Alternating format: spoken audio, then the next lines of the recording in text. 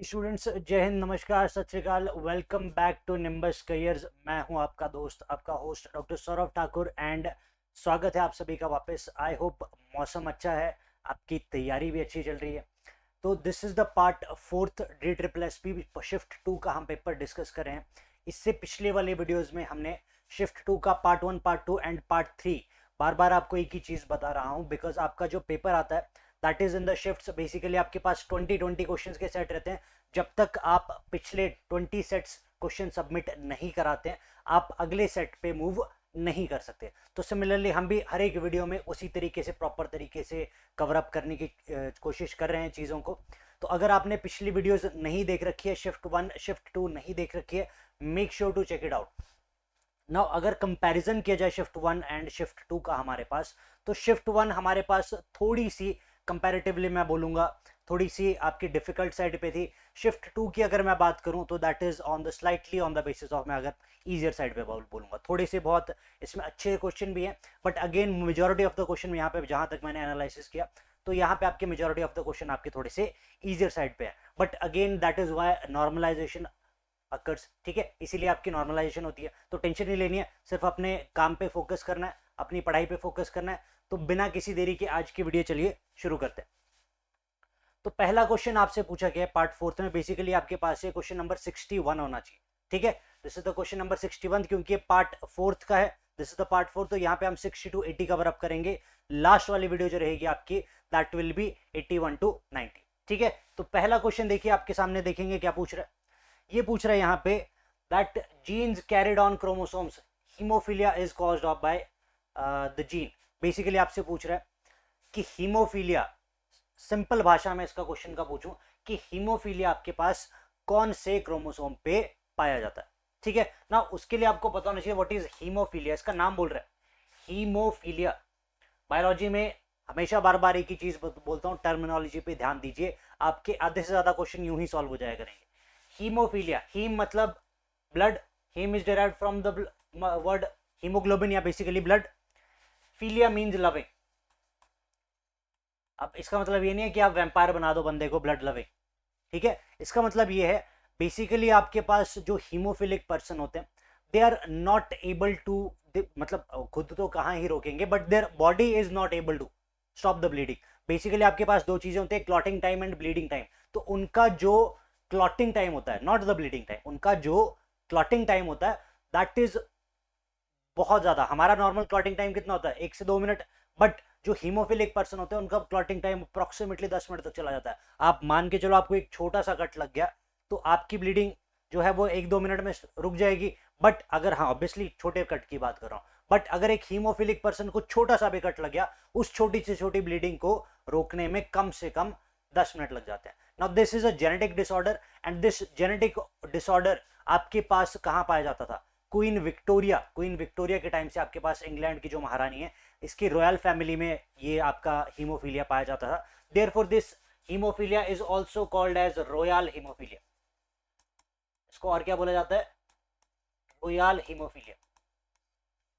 ठीक है, आपसे पूछ रहा है कौन से क्रोमोसोम पे पाया जाता है, क्रोमोसोम 9, क्रोमोसोम 3। अब वाई क्रोमोसोम आपके पास दे रखा है। अब हमें अच्छे से पता है that Y chromosome does not carry any defect.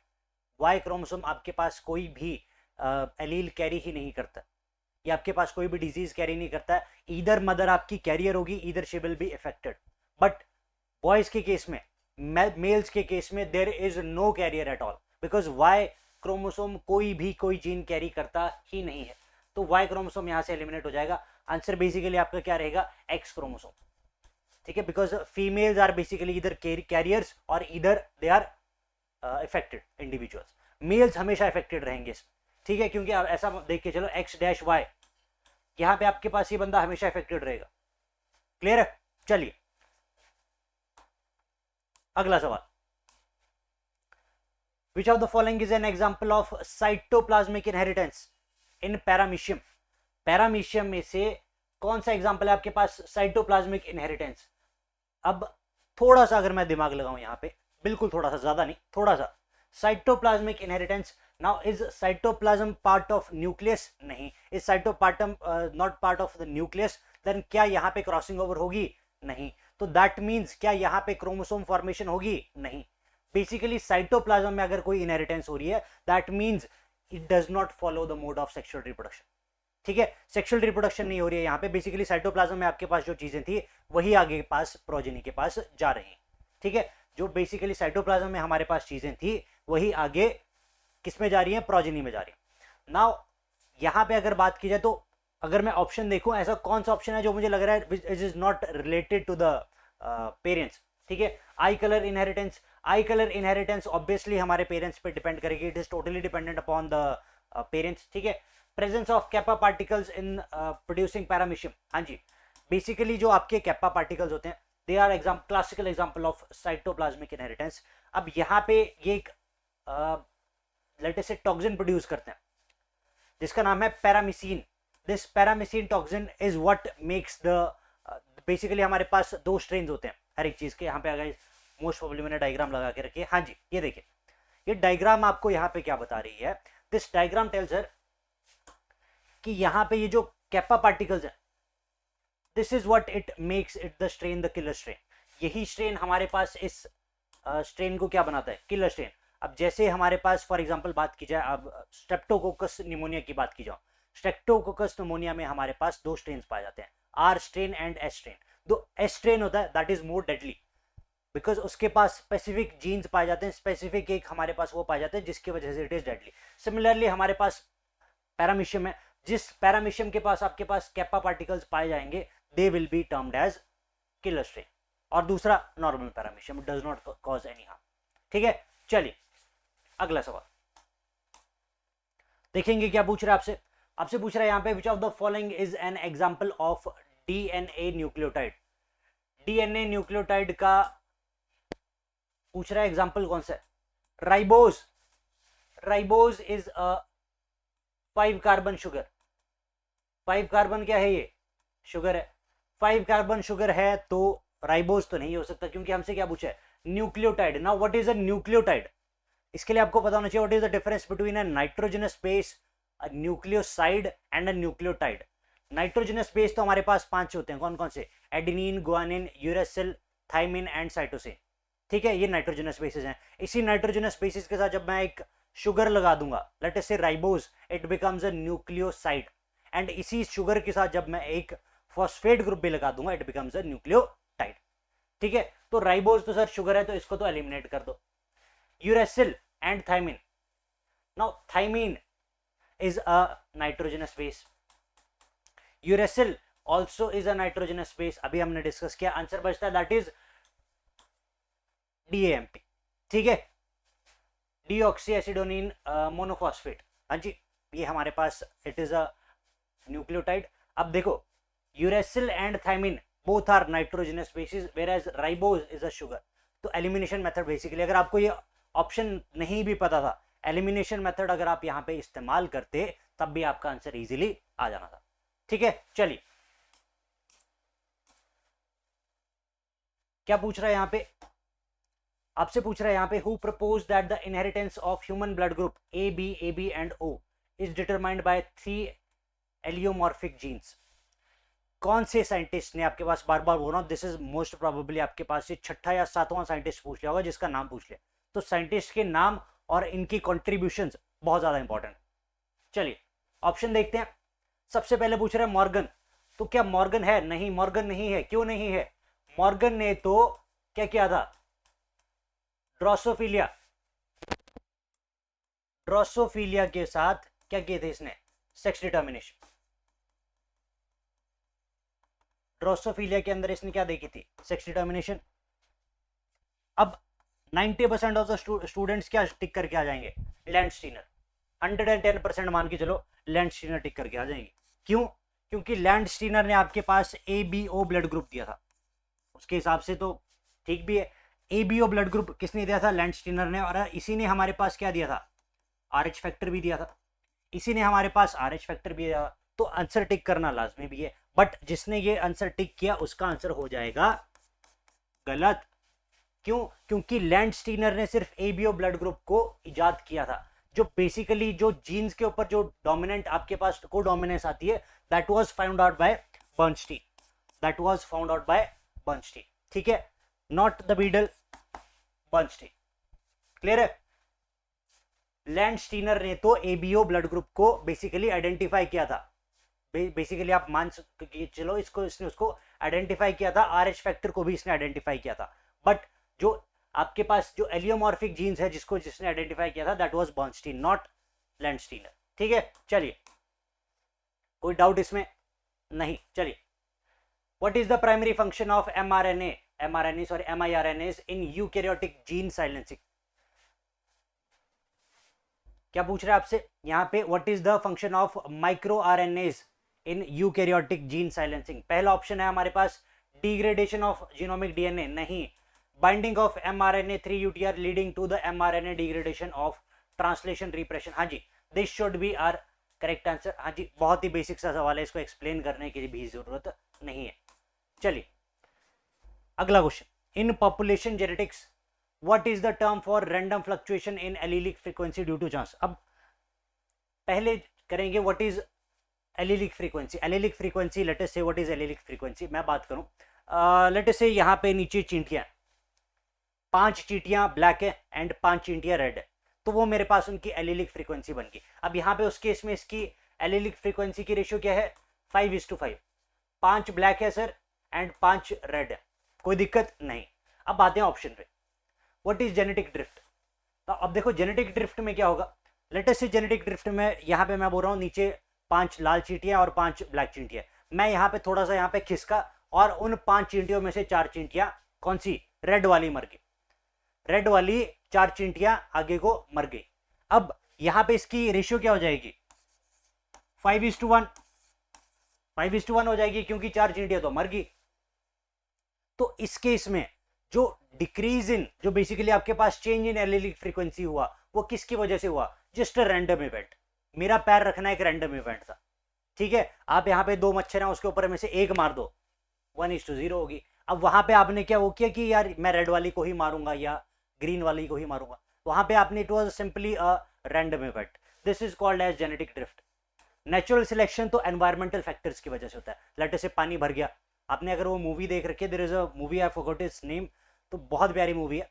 Basically आपके पास क्या रहता है कि एक ह्यूमंस होते हैं एंड आज से कोई 50-100 सालों की बात है, ग्लोबल वार्मिंग पीक पे है, सारे के सारे जो पोलर कैप्स है मेल्ट कर गए, तो कुछ एक ह्यूमंस है जिनके अंदर गिल्स डेवलप होना शुरू हो गए, जिनके अंदर गिल्स डेवलप होना शुरू हो गए हैं। नाउ इफ उस एनवायरमेंट में जहां पे लैंड है ही नहीं, उस एनवायरमेंट में, उस लैंड पे जहां पे लैंड है ही नहीं, वहां पे सर्वाइवल के चांसेस किसके ज्यादा होंगे? जो ह्यूमंस जो लंग से ब्रीथ कर रहे हैं, जो ह्यूमंस आपके गिल से ब्रीथ कर रहे हैं, ऑब्वियसली जो ह्यूमंस जो गिल से ब्रीथ कर रहे हैं उनके सर्वाइवल के चांसेस बढ़ जाएंगे। क्यों? क्योंकि एनवायरमेंट ने उनको फोकस किया, ठीक है, एनवायरमेंट ने उनके ऊपर ज्यादा प्रमोट किया। दैट मींस वो ज्यादा सर्वाइव करेंगे, उस वही ज्यादा रिप्रोड्यूस करेंगे, यानी कि आगे वाली जो प्रोजेनी होगी it will have higher chances of developing gills rather than lungs, ठीक है।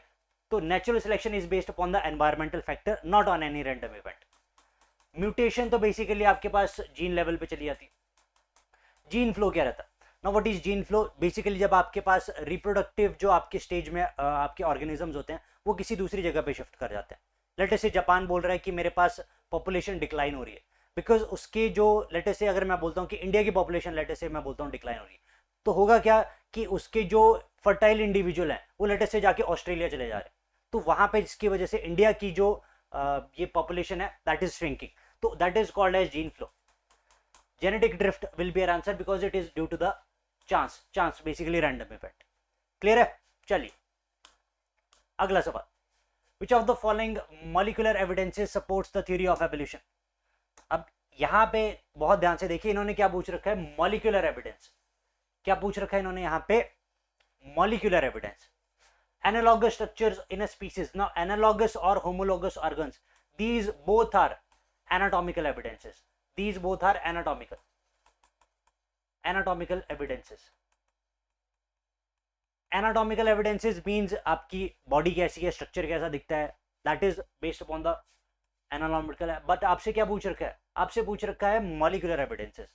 तो variation in blood types, this is also, हालांकि एनाटॉमिकल नहीं है but again it is not dependent upon the molecule, it is dependent upon the genes, dominant and recessive. Answer रहेगा इसका that is similarities in amino acid sequence. Amino acid sequence because आपके पास molecular level पे जाके है, Now this gives us the molecular evidences for the evolution. चलिए अगला सवाल, इन Mirabilis Jalpa आपके पास, this is the 4 o'clock plant. This is the 4 o'clock plant. When a homozygous with red petals is crossed with a pure line of with white petals, the F1 progeny has pink petals. अब basically ये बहुत classical example है हमारे पास किसका, this is an example of incomplete dominance. अब देखो what is incomplete dominance and को dominance में क्या फर्क है. लेट अस से म्यूजिकल चेयर खेलते हैं, म्यूजिकल चेयर खेल रहे हैं, दो तरीके हो सकते हैं उसमें. लास्ट में एक ही चेयर बची है, लास्ट में या तो एक चेयर पे दोनों बैठ जाए, एक ही चेयर पे दोनों बैठ गए, यानी कि एक की डोमिनेंस भी शो हो गई एंड दूसरी की डोमिनेंस भी शो होगी.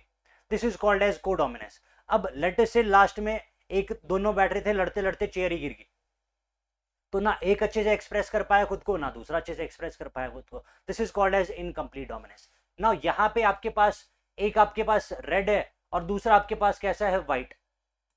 तो दोनों में से किसी एक ने ये करना था, बट ना रेड ही अच्छे से खुद को शो कर पाया, ना व्हाइट ही अच्छे से शो कर पाया. आपकी प्रोजेनी कैसी होगी, पिंक होगी. Now this is an example of incomplete dominance.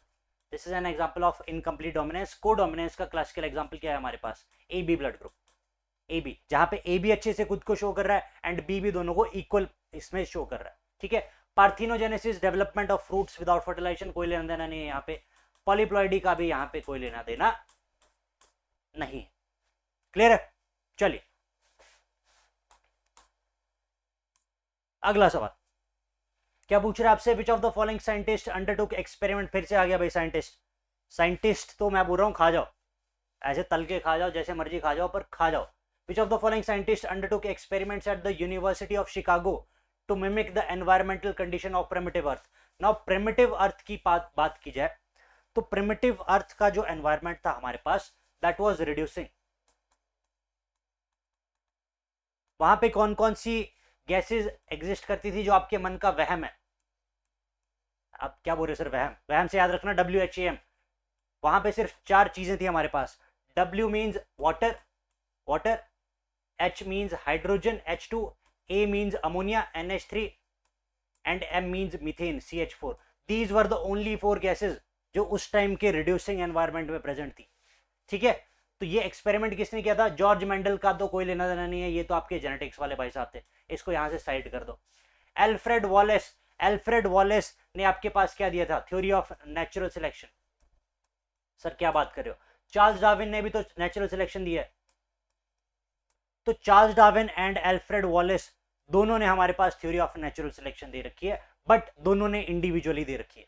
तो ना एल्फ्रेड वॉलेस होगा ना चार्ल्स डार्विन. आंसर रहेगा इसका हमारे पास दैट इज स्टेनले मिलर. इसने मिलर्स एक्सपेरिमेंट भी हम बहुत आपका एक फेमस, यहाँ पे देखिए डायग्राम देखिए, this is the diagram. Basically उसने क्या किया था, उसकी उस टाइप की कंडीशंस, जब उस टाइम भी कंडीशंस क्या क्या थी, बहुत ज़्यादा बारिश हो रही है, हाँ जी, रिड्यूसिंग नेचर है एनवायरनमेंट का, और बहुत ज़्यादा वहाँ पे लाइटनिंग स्ट्राइक हो रही है. तो उसकी वजह से जो सबसे पहले जो लाइफ ओरिजिनेट हुई थी, it was invented inside basically पानी के अंदर. बेसिकली पानी के अंदर हमारे पास सारी की सारी लाइफ जो है सबसे पहले ओरिजिनेट हुई है. इट वाज बेसिकली आपके पास एक सूपी मटेरियल बन गया था वहाँ पे, जहाँ पे आपके पास न्यूक्लिक एसिड, अमाइनो एसिड जाके इकट्ठे जुड़ गए. ठीक है. तो ये आपके पास जैसा कि मैंने आपको बताया, methane, ammonia, hydrogen and water. ठीक है. स्टेनले मिलर का जो एक्सपेरिमेंट था, this is called as Miller's experiment. चलिए अगला सवाल, which cell organelle is responsible for variation, not variation, this is variation in mirabilis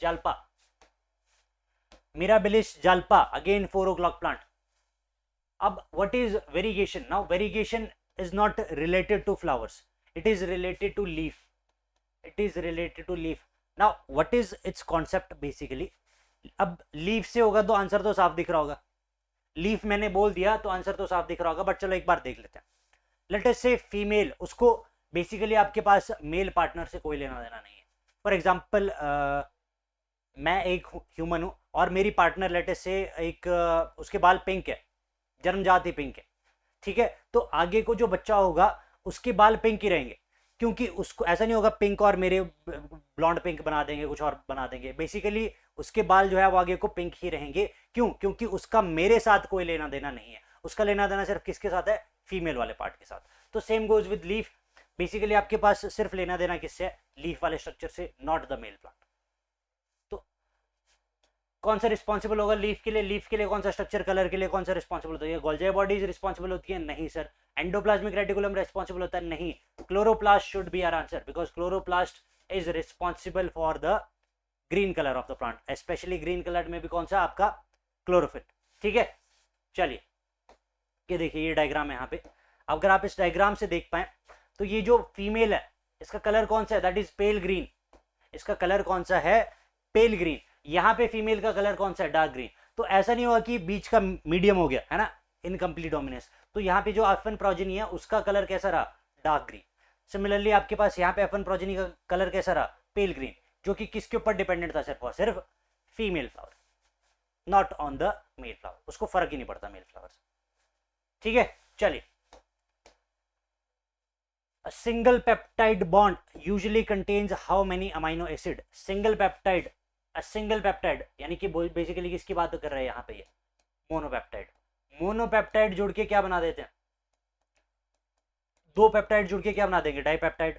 दो से तीन हो जाएंगे tripeptide, and ultimately polypeptides which will ultimately form the proteins. तो एक सिंगल पेप्टाइड में हमारे पास कितने अमाइनो एसिड होते हैं, सिंगल पेप्टाइड में होते हैं हमारे पास 15 से 30 अमाइनो एसिड। ठीक है, 15 से 30 अमाइनो एसिड। क्लियर है, कोई डाउट इसमें, चलिए। In a female pedigree chart conventionally the female individual are indicated by which of the following symbols. ये क्या हो गया है आपके DSSP वालों को, इतना वाहियात क्वेश्चन कौन पूछता है, इतना वाहियात क्वेश्चन कौन पूछता है भाई। ये 10th क्लास वाला बच्चा बता देगा कि सिंबल पूछ रखा है भाई। जिसको पेडिग्री एनालिसिस आएगी उसको सिंबल नहीं पता होगा। पर चलो अगेन इजी क्वेश्चन भी पार्ट है, मजे करो भी। हाँ जी, जैसा कि हमें पता है square is used for male and circle is used for female. अगर स्क्वायर को मैं बेसिकली पूरा शेडी कर दूं that will be affected male, अगर मैं सर्कल को पूरा शेडी कर दूं it will be affected female. हाँ, आपसे शिफ्ट 1 में जो क्वेश्चन पूछा गया था वो थोड़ा सा इंटरेस्टिंग था कि अगर वो कैरियर होगी तो उसके लिए कौन सा सिंबल इस्तेमाल किया गया। अब कैरियर होगी तो मैं इसको पूरा शेडी नहीं कर सकता, मैं इसको थोड़ा सा बीच वाला पोर्शन शेडी कर दूंगा। हाँ जी, तो आंसर रहेगा इसका दैट इज सर्कल। कोई दिक्कत परेशानी, चलिए।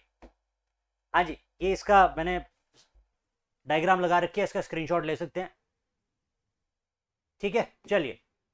Which of the following was primarily working region of naturalist Alfred Wallace. Alfred Wallace से दूसरा क्वेश्चन पूछ लिया गया और साइंटिस्ट का तीसरा नाम। 20 क्वेश्चन में से 3 क्वेश्चन आपके साइंटिस्ट में ही है। मान के चलिए 100 में से कितने हो गए सीधे, 100 में से कितने क्वेश्चन हो गए सीधे, एक क्वेश्चन में आपके पास सीधे 15 क्वेश्चन आपके पास साइंटिस्ट के आ रहे हैं, सीधे 15 क्वेश्चन सीधे नाम पे आ रहे हैं साइंटिस्ट के। तो उनकी कॉन्ट्रीब्यूशंस और उनका एक्सपेरिमेंट्स बहुत ज्यादा इंपॉर्टेंट है। अल्फ्रेड वॉलेस के बारे में पूछ रहा है कि उसने कहाँ काम किया था। अमेज़न रेन फॉरेस्ट में काम किया था, सहारा डेजर्ट में काम किया था, गैलापागोस आइलैंड में काम किया था। अब अमेज़न रेन फॉरेस्ट और सहारा में तो बेसिकली आपके पास डाइवर्सिटी नहीं है, तो इसको तो साइड कर दो। गैलापागोस आइलैंड में हमारे पास कौन गए थे, महाराज चार्ल्स डार्विन। कई बार इसकी शिप का नाम पूछ लेते हैं भाई, पता नहीं चलता है। तो शिप का नाम क्या था इसकी, HMS बीगल। HMS बीगल इसकी शिप का नाम था, कई बार ये भी पूछ लेते हैं। तो दैट वाज आपके पास जो गैलापागोस ये आइलैंड था, यहाँ पे आपके पास चार्ल्स डार्विन गए थे। आंसर रहेगा इसका दैट इज मेले। ठीक है, यहाँ पे क्या था आपके पास, Alfred Wallace, theory of natural selection. हाँ जी, in which year the human genome project was completed. अब देखना यहाँ से क्या पूछ लिया आपसे, कंप्लीट कब किया गया। अगर मैं ह्यूमन जीनोम प्रोजेक्ट HGP की बात करूं तो इट वाज स्टार्टेड इन 1990। 1990 में इसको शुरू किया गया था, इट वाज स्टार्टेड इन 1990। इसकी हमारे पास जो प्रोजेक्टेड वो लिया गया था वो था कि 2000 तक ये खत्म हो जाएगा, 2000 तक खत्म हो जाएगा, बट ये एक्चुअली में 2000 में खत्म नहीं हुआ था। It was extended up two year 2003। It was completed in 2003। तो आंसर रहेगा इसका दैट इज 2003। हाँ जी, कोई डाउट यहां तक, दिक्कत परेशानी, चलिए। Which of the following hormone is released from the neurohypophysis. अगर मैं पहली लाइन पढ़ के ही इसका आंसर दे दूंगा, अगर आपको बाकी लाइन नहीं पढ़नी है तब भी आपको, बट बायो में हर एक चीज आपका क्वेश्चन नॉट भी चीज बदल देती है, तो पूरा क्वेश्चन एक बार ढंग से पढ़ेंगे। Structure that stores neurosecretory products synthesised in the hypothalamic nuclear and transported via axonal projections. तो बेसिकली आपके पास किसकी बात कर रहा है, ये बात कर रहा है यहाँ पे पोस्टीरियर पिट्यूटरी की। तो अगर मैं पिट्यूटरी ग्लैंड की बात करूं तो पिट्यूटरी ग्लैंड मेरा दो रीजन्स में डिवाइडेड है, anterior pituitary and posterior pituitary, anterior pituitary and posterior pituitary. Now this anterior pituitary आपके पास 6 हार्मोन्स रिलीज करता है, कौन कौन से, LH, FSH, growth hormone, TSH and so on.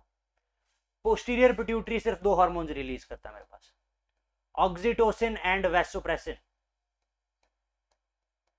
Oxytocin and vasopressin, vasopressin is also called as ADH, anti diuretic hormone. है कोई दिख रहा है ऐसा ऑप्शन? हाँ जी sir, A option. Thyroid stimulating hormone, prolactin and this one, these are all anterior pituitary hormones. तो यहां से तो ये साइड हो जाए, क्लियर है? चलिए ये देखिए यहाँ पे आपके सामने पोस्टीरियर पिट्यूटरी का स्ट्रक्चर दिखाया गया, they are directly, this is the hepatic portal system. तो हिपैटिक पोर्टल सिस्टम आपका सिर्फ और सिर्फ लिवर में ही एग्जिस्ट नहीं करता, it also exist in the posterior pituitary. This is called as hepatic portal system. They are under the direct neural control, under the direct neural control of the posterior pituitary. Clear है? चलिए, during the formation of embryo, the primordial germ cells migrate into testes and become immature germ cells is called dash. अब देखो testes में जा रहे हैं germ cells, तो basically क्या निकल के आएगा, स्पर्म निकल के आएगा, एग तो बनेगा नहीं वहां पे। हाँ जी, तो माइलोब्लास्ट, रेटिलोसाइट्स, ये तो बेसिकली किससे लेना देना है इनका लेना देना है सर एरिथ्रोपोइसिस से। एरिथ्रोपोइसिस माने आरबीसीज, तो इनको तो यहां से कर दो जी एलिमिनेट। प्रोमाइलोसाइट्स को भी एलिमिनेट कर दो यहां से, आंसर बचता है ए की, दैट इज स्पर्मेटोगोनिया। हाँ जी, स्पर्मेटोगोनिया, यही बनाएंगे आपके पास मेल जर्म सेल। ठीक है, इजी क्वेश्चन था। चलिए, Which major component was absent in Earth primitive atmosphere? आया है, अभी सर ने ट्रिक बताई और अभी इसके ऊपर अगला क्वेश्चन आ गया। मैंने क्या बोला था, आपके मन का वहम, यानी कि WHAM, this was the reducing nature present in the Earth atmosphere during the initial times. W से क्या बोला था सर ने, पानी, वाटर, H से हाइड्रोजन, A से अमोनिया NH3, M से methane CH4, these were the 4 gases present during that time. हाँ जी, कौन सी नहीं है, वाटर वेपर प्रेजेंट थे, मीथेन प्रेजेंट थे, अमोनिया प्रेजेंट था, क्या नहीं प्रेजेंट था, फ्री ऑक्सीजन। फ्री ऑक्सीजन कहां से आ जाएगी, ना वहां पे साइनोबैक्टीरिया है ना वहां पे प्लांट्स हैं, आपके पास ऑक्सीजन कहां से आ जाएगी भाई। ठीक है, चलिए अगला सवाल, which of the following is an example of autosomal recessive disease? Autosomal recessive disease. अब हीमोफीलिया की बात की जाए तो हीमोफीलिया X' में खुद को एक्सप्रेस करता है नहीं, दैट मींस इसको रिक्वायर है क्या, अगर ये इसमें एक्सप्रेस कर गया तो ये कौन सी हो जाएगी, ऑटोसोमल डोमिनेंट।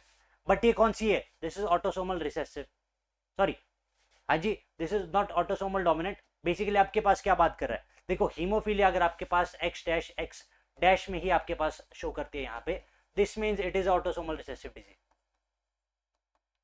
X' में ये शो नहीं करती है खुद को, बट अब ये किस पे है, ये it is present on the X chromosome, तो this is sex linked recessive disorder, not autosome.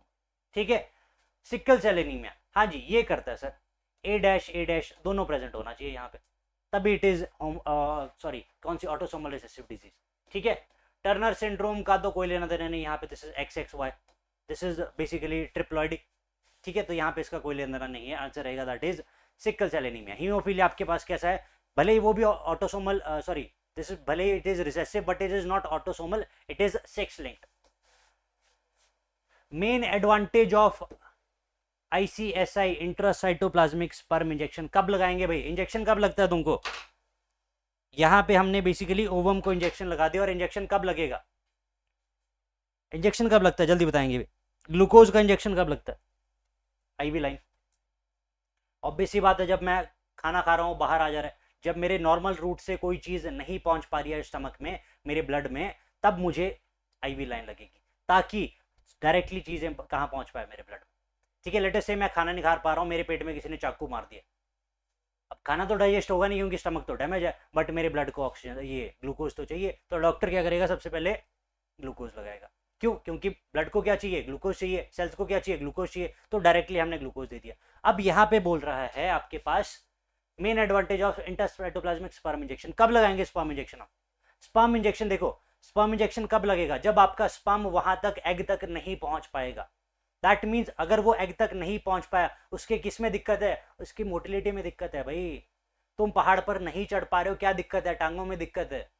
ठीक है, तो हेलीकॉप्टर का इस्तेमाल किया जाएगा कि नहीं किया जाएगा? बिल्कुल किया जाएगा। तो आंसर रहेगा इसका एनेबल फर्टिलाइजेशन यूजिंग इमोटाइल और लो काउंट स्पर्म। ये स्पर्म्स बहुत कम होंगे, फैगोसिटोसिस के थ्रू खत्म हो जाएंगे, या इमोटाइल होंगे, नॉन मोटाइल। ठीक है, चलिए अगला सवाल।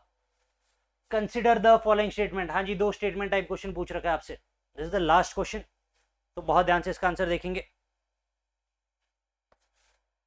पहली statement, ABO blood group in human is a good example of incomplete dominance. अरे गुरु, अभी तो हमने डिस्कस किया, it is not an example of incomplete dominance, it is an example of codominance.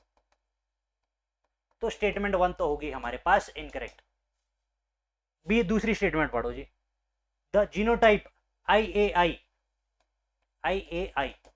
Results in blood group ए। हाँ जी, क्योंकि IAIO basically आपके पास यहाँ पे ए जीन है, एलील है, दैट इज डोमिनेंट, तो इसका ब्लड ग्रुप कौन सा होगा? ए ही होगा। ठीक है, ओ नहीं हो जाएगा। ठीक है, तो दूसरी स्टेटमेंट, पहली करेक्ट है, statement 1 is correct and 2 is incorrect. 1 is correct, 2 is incorrect. है कोई ऐसा option? Statement 1 is incorrect, sorry उल्टा बोल दिया। ठीक है, statement 1 is incorrect and statement 2 is correct, D option. ठीक है, ऐसे क्वेश्चन में कंफ्यूज नहीं होना है, पहले स्टेटमेंट पढ़नी है, बाद में ऑप्शन पे जाना। पहले क्वेश्चन पढ़ना है, स्टेटमेंट्स देखनी है, देखना है पहला कौन सी स्टेटमेंट खरी है, कौन सी स्टेटमेंट गलत, उसके बाद ऑप्शन पे जाना। ठीक है, तो आंसर देख लेते हैं इसका, that is obviously D option. तो इसी के साथ आज का जो हमारा टॉपिक है, आज का जो हमारी शिफ्ट का जो पार्ट है वो खत्म होता है। तो see you guys in the next video, जो हमारी लास्ट पार्ट रहेगा, the DSSB last paper, final paper का जो आपका शिफ्ट 2 का जो लास्ट पार्ट रहेगा, उसमें मिलते हैं। Have a good day.